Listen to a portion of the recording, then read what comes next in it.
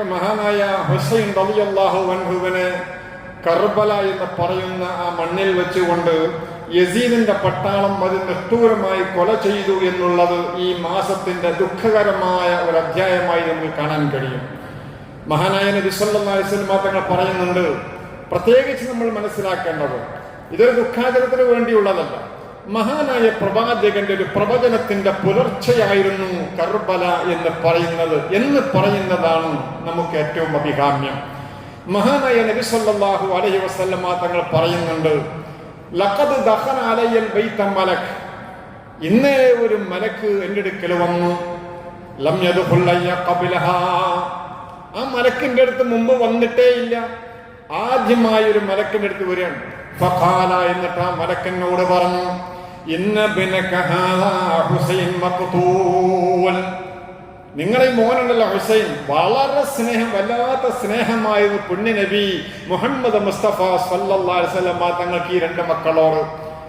മിമ്പറിൽ ഇങ്ങനെ ഖുതുബ ഓതിക്കൊണ്ടിരിക്കുമ്പോൾ ഈ കുഞ്ഞന്മാര് വീട്ടിൽ നിന്ന് വരുമ്പോൾ മിമ്പറിൽ നിന്ന് ഇറങ്ങി വന്ന കുഞ്ഞന്മാരെടുത്തുകൊണ്ട് മുത്തം കൊടുക്കുന്ന കുറെ സംഭവങ്ങളുണ്ട്. വല്ലാത്ത സ്നേഹമായിരുന്നു രണ്ടുപേരോടും. ആ രണ്ടുപേരിൽ ഒരാളാണ് മഹാനായ ഹുസൈൻ റളിയല്ലാഹു അൻഹു. ആ ഹുസൈൻ എന്ന് പറയുന്ന ഈ കുട്ടി കൊല ചെയ്യപ്പെടുമെന്ന് എന്നോട് മലക്ക് നിലവന്നുകൊണ്ട് പറഞ്ഞു. ആ മലക്ക് എന്റെ അടുത്ത് ഇതിലോ വന്നിട്ടില്ല എന്ന് പുണ്യ നബി മുഹമ്മദ് മുസ്തഫ. ഇത് പ്രവാചകന്റെ ഒരു പ്രവചനമാണ്.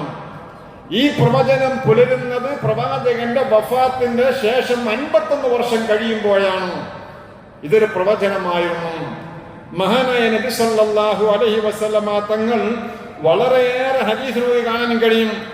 അഹബ്ബു അഹ്ലി ബൈത്തിൽ ഹസൻ വൽ ഹുസൈൻ, എന്റെ കുടുംബത്തിൽ എനിക്ക് ഏറ്റവും ഇഷ്ടമുള്ളത് ഹസനോടും ഹുസൈനോടുമാകുന്നു എന്ന്. തന്നെയുമല്ല, വഅഖ്ബറനി ജിബ്രീൽ അലൈഹിസ്സലാത്തു വസ്സലാം, എന്നോട് ജിബ്രീൽ അലൈഹിസ്സലാത്തു വസ്സലാം വന്നുകൊണ്ട് എന്നോട് പറഞ്ഞു, അന്നൽ ഹുസൈന യുഖ്തൽ ബിശാത്തിൽ ഫുറാത്ത്, യൂഫ്രട്ടീസ് നദീ തീരത്ത് വെച്ച് നിങ്ങളുടെ മോൻ കൊല ചെയ്യപ്പെടുമെന്ന് ജിബ്രീൽ അലൈഹിസ്സലാത്തു വസ്സലാം എന്നോട് പറഞ്ഞു എന്ന് മഹാനായ നബി സല്ലല്ലാഹു അലൈഹി വസല്ലം തങ്ങൾ പറയാം. ഈ ഹദീസുകളൊക്കെ പ്രവാചകന്റെ പ്രവചനങ്ങളാണ്.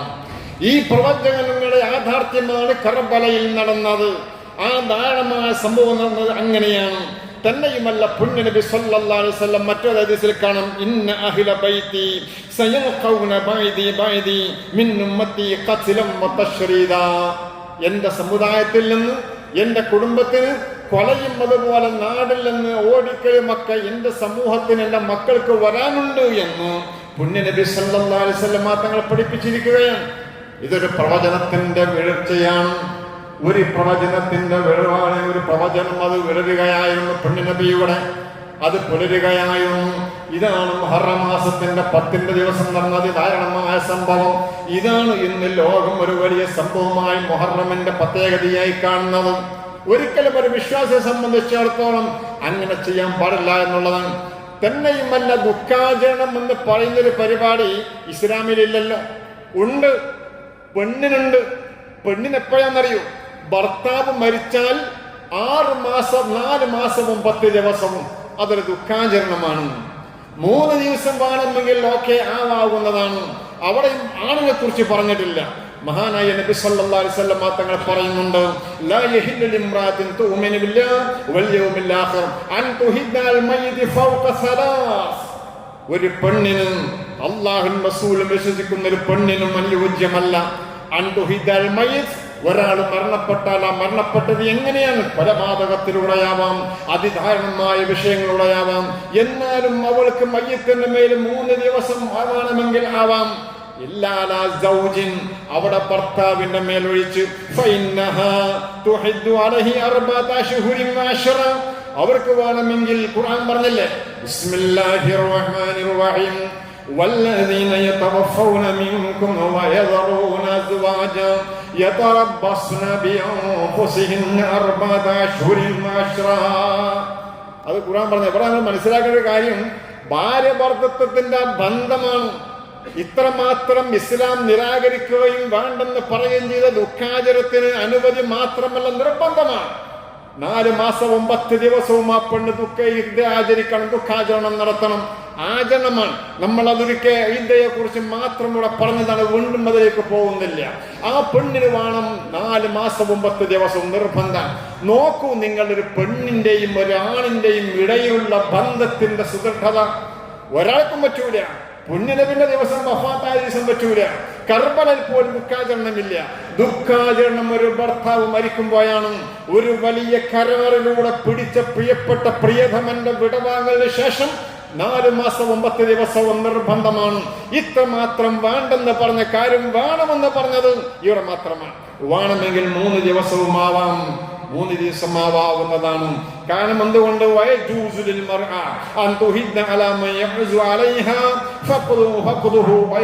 ഭർത്താവല്ലാതെ മറ്റുള്ള ആൾ മരിച്ചു, കാബിഹ ബാപ്പ മരിച്ചൊരു പെണ്ണിന്റെ, വാഹിഹ ഒരു സഹോദരൻ മരണപ്പെട്ടു, അല്ലെങ്കിൽ അല്ലാത്തവർ 3 ദിവസം വേണമെങ്കിൽ അവൾക്ക് ചെയ്യാവുന്നതാണ്, ജായിസാണ്. 4 മാസവും 10 ദിവസവും നിർബന്ധമാണ്.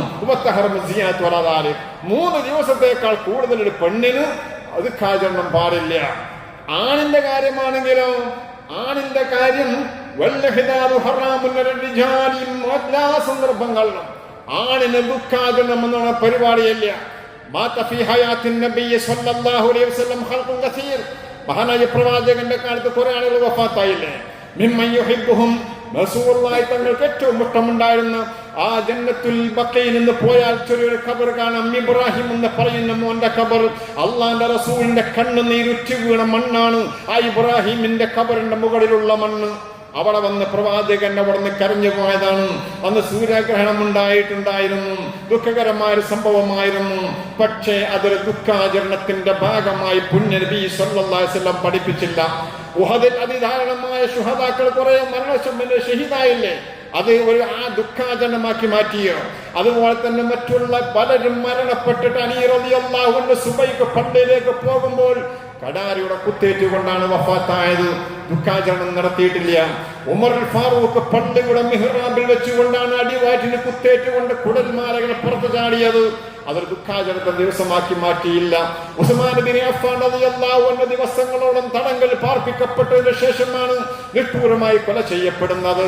അതും ഒരു പ്രത്യേകമായ ദുഃഖാചരണമായി നടത്തിയില്ല.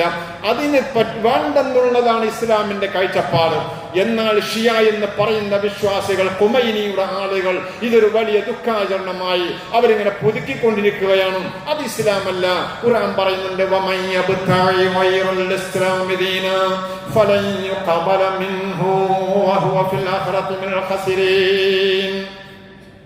ഖുർആൻ പറയുന്നുണ്ട്, ഇസ്ലാം അല്ലാത്ത മറ്റൊന്ന് അത് മതമായി ആഗ്രഹിച്ചു കഴിഞ്ഞാൽ അവനൊന്നും സ്വീകരിക്കപ്പെടുകയില്ല. ആഖിറത്തിൽ അവൻ പരാജയപ്പെട്ടവനാവും. നമുക്ക് കാണിച്ചു തന്നത്, പുണ്യനബി കാണിച്ചു തന്നൊരു വഴിയുണ്ട്. എന്താണ് വഴി എന്നറിയാം നമ്മള്? അള്ളാന്റെ റസൂൽ എന്നാ പിന്നെ തൈസിയത്തില്ലേ, എന്താ ആണുങ്ങൾക്ക് ഇല്ല എന്നുള്ള 3 ദിവസം എന്ന് പറഞ്ഞ ആണുങ്ങൾ പറയാൻ തൈസിയത്ത് എന്ന പരിപാടി ഉണ്ട്. ഒരാൾ മരണപ്പെട്ടാൽ 3 ദിവസം അവന്റെ വീട്ടിൽ പോയി അവനെ ക്ഷമാശ്വസിപ്പിക്കണം. അവന് ദുഃഖാചരണം ഇല്ല. ദുഃഖാചരണം എന്ന് പറഞ്ഞാൽ ആചരണമാണ്. മനസ്സിന് ദുഃഖമൊക്കെ ഉണ്ടാവും. ആചരണം എന്ന് പറഞ്ഞാൽ ഓന് സുഗന്ധം ഉപയോഗിക്കാൻ പാടില്ല, അവന് നല്ല വസ്ത്രം ധരിക്കാൻ പാടില്ല, എണ്ണ തേക്കാൻ പാടില്ല, ഇതൊന്നുമില്ലാതെ നിൽക്കുന്ന അവസ്ഥയില്ല എന്നാണ്. അതാണ് ദുഃഖാചരണം കൊണ്ട് ഉദ്ദേശിക്കുന്നത്. അല്ലാതെ ദുഃഖം ഉണ്ടാവാത്തവരുണ്ടാവോ? അവനെ ക്ഷമാശ്വസിക്കാൻ 3 ദിവസം നമ്മൾ ഇസ്ലാം പറഞ്ഞില്ലേ. ഇത് എത്ര ആളങ്ങനെ ചെയ്യുന്നുണ്ട് എന്നുള്ളത് വേറെ വിഷയം. ഒരു മനുഷ്യൻ മരണപ്പെട്ടാൽ അവന്റെ വീട്ടിൽ ചെന്ന് പറയണം, അവന്റെ വീട്ടിൽ ചെന്ന് പറയണം. ഒരു അമുസ്ലിം മരിച്ചാൽ പോലും അവന്റെ വീട്ടിൽ പോയി ആ കുടുംബത്തെ ക്ഷമാശ്വസിപ്പിക്കണമെന്ന് പറഞ്ഞതാണ് ഇസ്ലാമിക ശരീഅത്ത് എന്ന് പറയുന്നത്. മുസ്ലിമിന്റെ വീട്ടിൽ മാത്രമല്ല, ഹൈന്ദവനാണെങ്കിലും ക്രിസ്ത്യാനിയാണെങ്കിലും അവന്റെ വീട്ടിൽ പോയി അവനെ ക്ഷമാശ്വസിപ്പിക്കണമെന്നാണ്. പ്രത്യേകമായ ദിക്റുകൾ ചൊല്ലി ക്ഷമാശ്വസിപ്പിക്കണമെന്നാണ്. ഇത് ദുഃഖാചരണം അല്ലാത്തതാണ്. ഇത് ആചരണമല്ല. ആചരണം എന്ന് പറയുന്നത് പെണ്ണുങ്ങൾക്കുണ്ട് ഇത് ആചരണം. അവൾക്ക് പ്രത്യേകമായി എണ്ണ ഉപയോഗിക്കാൻ അതൊക്കെ നമ്മൾ പറഞ്ഞതാണ് പലപ്പോഴായി. ഈ ഒരു ആചരണം ഇല്ല എന്നാണ് അതിന്റെ അർത്ഥമുള്ളത്. അല്ലാതെ ദുഃഖമുണ്ടാവാതിരിക്കില്ല, ആളുകൾക്ക് ദുഃഖമുണ്ടാകും. അതിന്റെ ഭാഗമാണ് ചില നേതാക്കന്മാരൊക്കെ മരിക്കുമ്പോഴേ ദുഃഖാചരണം 3 ദിവസം എന്ന് പറയാറുള്ളത്. ആചരണമല്ലാതെ അവിടെ മരണപ്പെട്ടോടത്തേക്ക് പോകാനും വരാനും ഒക്കെ ഒരു 3 ദിവസം ഒഴിവ് കൊടുക്കുന്ന ഏർപ്പാടുണ്ട്. അത് ആചരണത്തിന്റെ ഭാഗമല്ല. ആചരണം എന്ന് പ്രായോഗികമായി ആളുകൾ ഇന്ന് പ്രയോഗിക്കുന്നുണ്ടെങ്കിലും അത് ആചാരമല്ല. ആചാരം എന്ന് പറഞ്ഞാൽ അതുമായി ബന്ധപ്പെട്ടുകൊണ്ടുള്ള പ്രത്യേക ചില വിഷയങ്ങളാണ്. ആദരവ് സൂചകമായി കൊണ്ട് ഒരുപക്ഷെ മരിക്കുമ്പോൾ മദ്രസകൾക്ക് ഒഴിവ് കൊടുക്കാറുണ്ട്. അതങ്ങോട്ട് പോകാനും ഒരു 2-3 ദിവസങ്ങളൊക്കെ താഴ്ചയത്തിന്റെ സമയമാണ്, അങ്ങോട്ട് പോകാനാണ്. മൊത്തം പറഞ്ഞാൽ